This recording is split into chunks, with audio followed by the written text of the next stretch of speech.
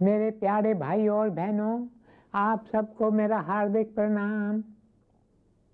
जैसा कि कल मैं आपसे कह रहा था कि हर पति पत्नी को अपने ससुराल वालों से प्रेम भरा व्यवहार करना चाहिए, उसके लिए मैंने कल सुझाव भी दिया था। आज चर्चा को आगे बढ़ाते हुए मैं माता पिता के लिए कुछ सुझाव देना चाहूँगा। पहला, शादी के बाद बच्चों को उनकी मर्जी पर छोड़ दो। वे एक नए रिश्ते में प्रवेश कर रहे हैं, उनके जीवन का नाजुक दौर है। अब वे अपनी नई पहचान बना रहे हैं, उन्हें अपने फैसले खुद करने होंगे। आप उन्हें बताना छोड़ दें कि उन्हें क्या करना चाहिए। दूसरा, जब आपका पुत्र या पुत्री अपने जीवन साथी की तारीफ करता है तो आप बुरा न माने और न ही घर के नए सदस्य से द्वेष करें। आप भी उसकी प्रशंसा में कुछ कहें ताकि आपका बेटा या बेटी खुश हो जाए। तीसरा, नए बने रिश्ते जिसमें आप हैं, आपका पुत्र या पुत्री है और उसका जीवन साथी है, यह काफ़ी जटिल स्थिति है और आपको इस तरह व्यवहार करना चाहिए ताकि यह प्रेम का बंधन और ज़्यादा मजबूत हो जाए। एक मैरिज काउंसलर ने कहा है, आउटलॉज इन लॉज नहीं होते, अर्थात ससुराल वालों को दोषी या अपराधी मत समझो। वे भी आपकी और मेरी तरह साधारण लोग हैं। नए रिश्तों को बनाना और निभाना कोई आसान काम नहीं है, लेकिन थोड़ी सी आपसी समझ और सहनशीलता से इस बड़े हुए परिवार में प्रेम के बंधन मजबूत हो सकते हैं। दूसरों की दृष्टिकोण का आदर करना सीखें, उनकी पसंद और राय को सम्मान दें। Try not to become hypercritical or judgmental. Above all, keep your communication channels open. अब मैं यंग कपल्स को सलाह दूंगा कि पहली बात, वे एक दूसरे के माता पिता को प्रेम और आदर अवश्य दें जिसके वे हकदार हैं, क्योंकि अब आपका विवाह हो गया है। इसका मतलब यह नहीं कि आपका जीवन साथी अपने माता पिता को त्याग दे। दूसरी बात, अपने ससुराल वालों पर क्रोध न करें और न ही उनके लिए अप्रिय शब्दों का उपयोग करें। अपने साथी के साथ खुलकर तथा ईमानदारी से अपनी समस्याओं और विचारों के बारे में बात करें। साथ ही साथ इन बातों को हल्के फुल्के ढंग से लें। तीसरी बात, याद रखें कि जो व्यक्ति अपने माता पिता को प्यार नहीं करता, उसे अपने पति तथा बच्चों को प्यार करने की आशा नहीं की जा सकती। मेरे प्यारे भाई और बहनों, अब तक हम विवाह और विवाहित जीवन पर काफ़ी चर्चा कर चुके हैं, लेकिन आज हम देखेंगे कि विवाहित जीवन को कैसे सुखद और सफल बनाएं। इसके बारे में मैं आपको 10 सुझाव देना चाहता हूँ। कभी कभी मैं इन्हें 10 कमांडमेंट्स ऑफ मैरिज कहता हूँ। कमांडमेंट का अर्थ है आदेश, या आप इसे नियम भी कह सकते हैं। आइए देखें ये नियम क्या है। सबसे पहला नियम है अवॉइड द नेक्स्ट क्वारल, अर्थात अगले झगड़े से बचें। पति पत्नी दोनों में से यदि एक लड़ने की मूड में हो तो दूसरे को चुपचाप रहना चाहिए, धीरज रखना चाहिए। उचित समय आने पर उसकी भी बारी आएगी, पर दोनों को एक ही समय पर नहीं लड़ना चाहिए। और अगर आपका झगड़ा हो ही जाता है तो ध्यान रखें कि सूरज डूबने से पहले झगड़ा समाप्त हो जाना चाहिए। मान लो अगर आधी रात को आपके बीच में झगड़ा हो गया तो सूरज निकलने से पहले झगड़ा समाप्त हो जाना चाहिए, उससे पहले ही सुलह हो जानी चाहिए। अगर आप अपनी गलती महसूस करते हैं और अपने जीवन साथी से माफ़ी मांगते हैं तो आप छोटे नहीं हो जाते। एक पति पत्नी को ज़रा ज़रा से बात पर गुस्सा आता था। इस बात के लिए वे काफ़ी मशहूर थे। उन्होंने अपनी शादी की गोल्डन जुबली पर एक पार्टी दी और उसमें कहा कि इन 50 सालों में हमारे बीच कभी अनबन नहीं हुई है। तो लोग आश्चर्य में पड़ गए। सब लोग पूछने लगे, आपने ऐसा क्या किया है जो आपका कभी झगड़ा नहीं हुआ?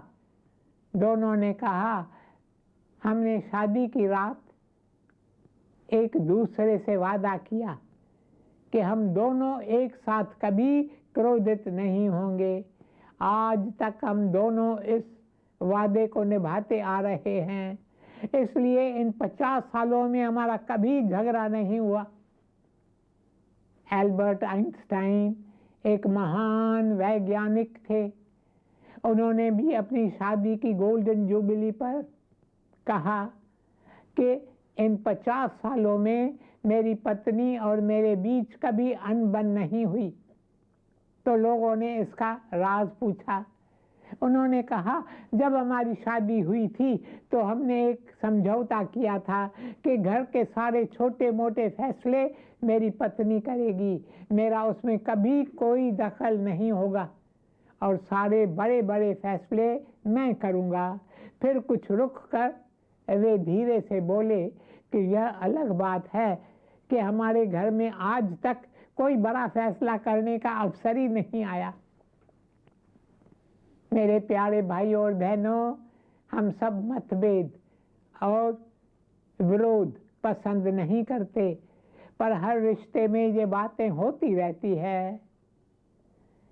जब हम अपने मतभेद प्रकट करते हैं तो इसका अर्थ है हम अपनी इंडिविजुअलिटी को आज़ादी प्रकट करते हैं। अगर हम सब एक जैसा सोचते तो यह संसार कितना बोरिंग होता।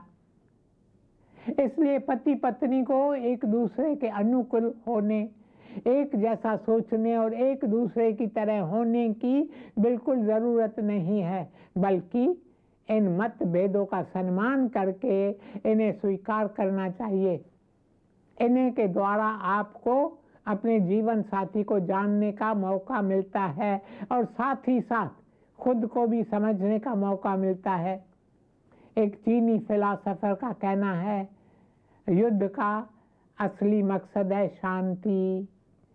विवाहित जीवन में मतभेद और टकराव का ना होना संभव ही नहीं है, किंतु इस टकराव को दूर करने के लिए हर एक कोशिश शादी को और भी मजबूत करती है। मैरिज काउंसलर्स इसे कंस्ट्रक्टिव डिसएग्रीमेंट कहते हैं। एक संत की पत्नी बड़ी गुस्से वाली और लड़ाकू थी। संत कुछ भी करें या कहें, हर रोज घर में झगड़ा जरूर होता था। संत इस स्थिति को सहजता समझकर कहते, ईश्वर की कृपा है जो मुझे ऐसी पत्नी मिली है। मेरे मन में वैराग्य की भावना का विकास करने में यह अपना लगातार योगदान दे रही है। वैराग्य सीखने के लिए मुझे किसी गुरु के पास जाने की जरूरत नहीं, मुझे घर बैठे बिठाए ही वह प्रेरणा मिल रही है। इतनी हो कृपा बरसा दो हरि, निस दिन मैं तुझे ध्याया करूं।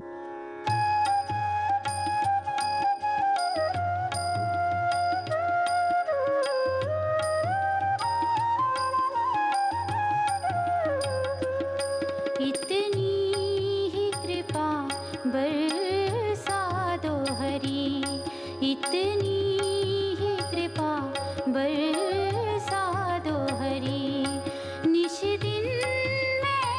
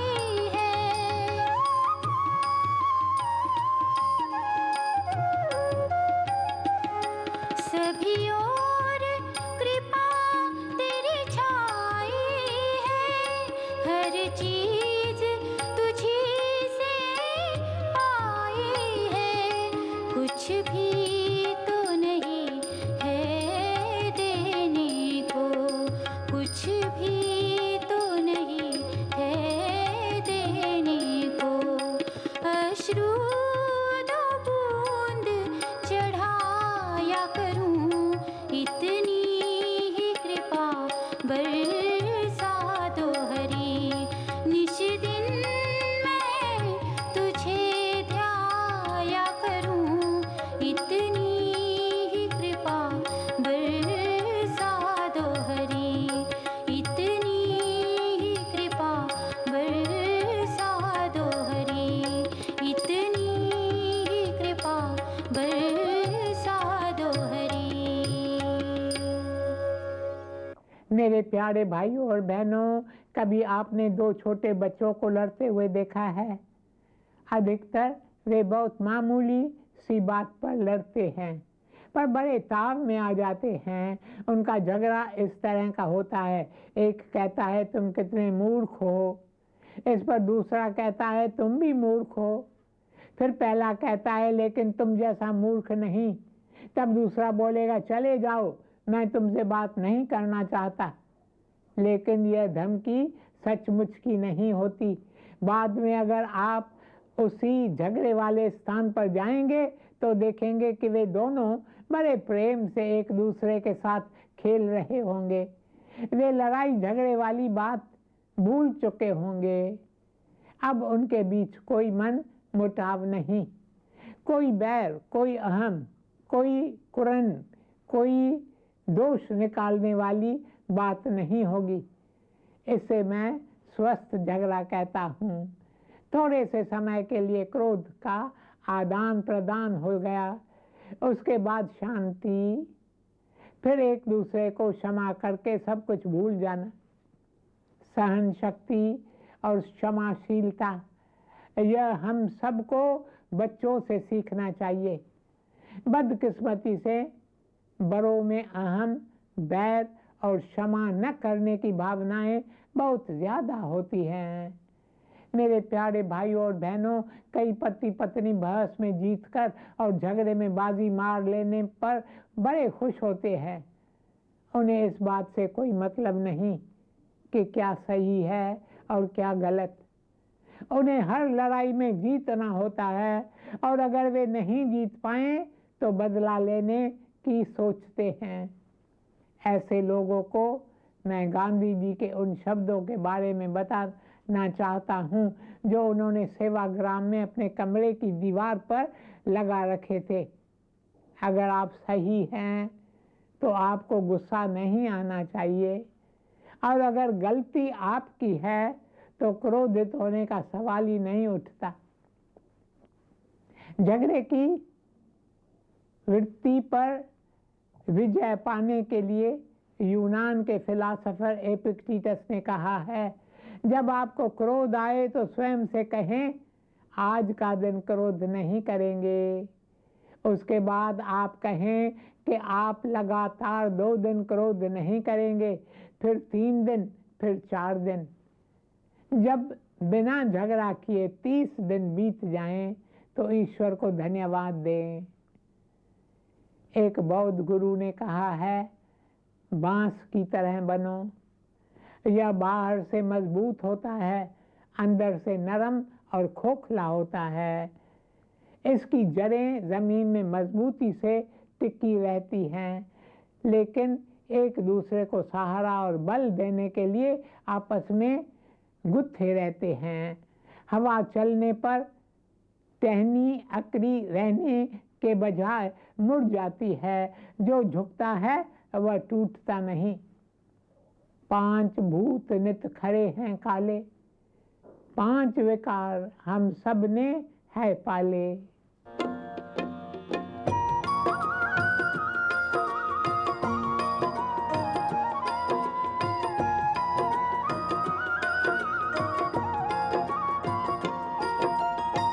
पांच भूत नित खड़े हैं काले,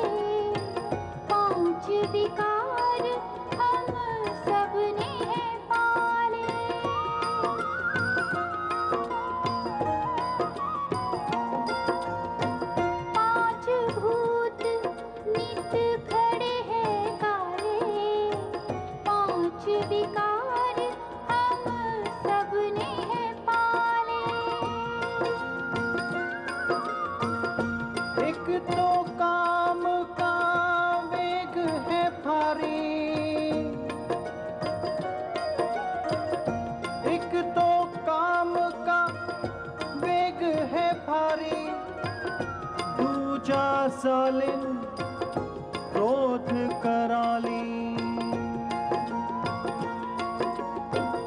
तीजा लोभ लूला, चौथा मोह ममता, पांचवा अभिमान जो है ठगता।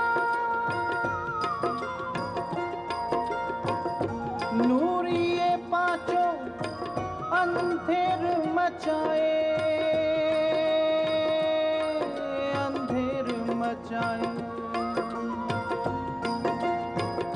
नूर ये पांचों अंधेर मचाए, बिन सतगुरु इनसे कौन बचाए, बिन सतगुरु इनसे कौन बचाए, बिन सतगुरु इनसे कौन बचाए। जय जय गोपाला, जय जय नंदलाला, जय जय गोपाला, जय जय नंदलाला, जय जय गोपाला, जय जय नंदलाला। मेरे प्यारे भाइयों और बहनों, मैं कपिल से कहना चाहता हूँ कि अक्कर के बजाय झुकने से वे निराशा और तनाव पर विजय पा सकते हैं। जब आप जिद्दी हो जाते हैं तो आपको चीज़ें या तो केवल काली दिखाई देती हैं या केवल सफ़ेद दिखाई देती हैं। इससे आपसी समझ में बाधा पड़ती है और आपके हठ के कारण आप सबसे अलग थलग हो जाते हैं। देखा जाए तो झुकने का मतलब हारना नहीं होता। अगर आप थोड़ा सा देंगे तो आप अपनी आशा से ज़्यादा पाएंगे। एक दंपति जंगल में टहलते हुए फूल चुन रहे थे। वे दो विपरीत दिशाओं में जाने के कारण एक दूसरे से अलग हो गए और फिर एक ऐसे मैदान में आकर मिले जहां एक शूरवीर का शानदार पुतला था। वे दोनों मूर्ति को अलग अलग दिशा से प्रशंसा भरी निगाहों से देख रहे थे। पति बोला, इस शूरवीर की ढाल तो देखो, असली सोने की बनी है।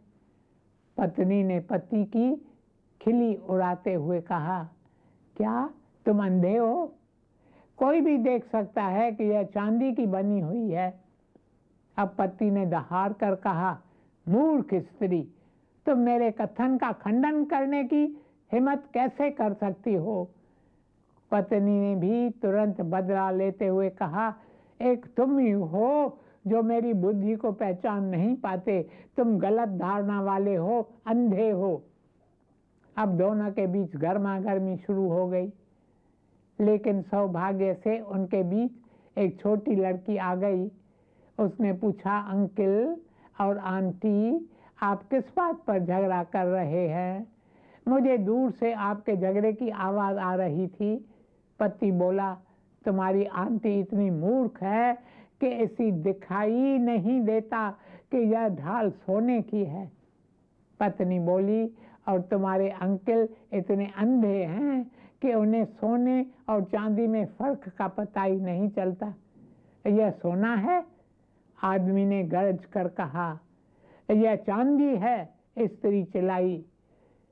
वह नन्ही लड़की बोली, आंटी अंकल ध्यान से देखें। अंकल, आप आंटी की तरफ आकर देखें तो पता चलेगा कि ढाल चांदी की है, और आंटी आप अंकल की तरफ से देखेंगे तो आपको पता चलेगा कि वाकई यह सोने की है। दोनों पति पत्नी शर्मिंदा होकर एक दूसरे के तरफ जाकर देखने लगे तो देखा कि ढाल एक तरफ से सोने की थी और दूसरी तरफ से चांदी की थी। वह नन्ही बच्ची जो शांति दूत थी हंसकर बोली, आप दोनों सही हैं, पर इस बात पर झगड़ा करने में आप दोनों ही गलत थे।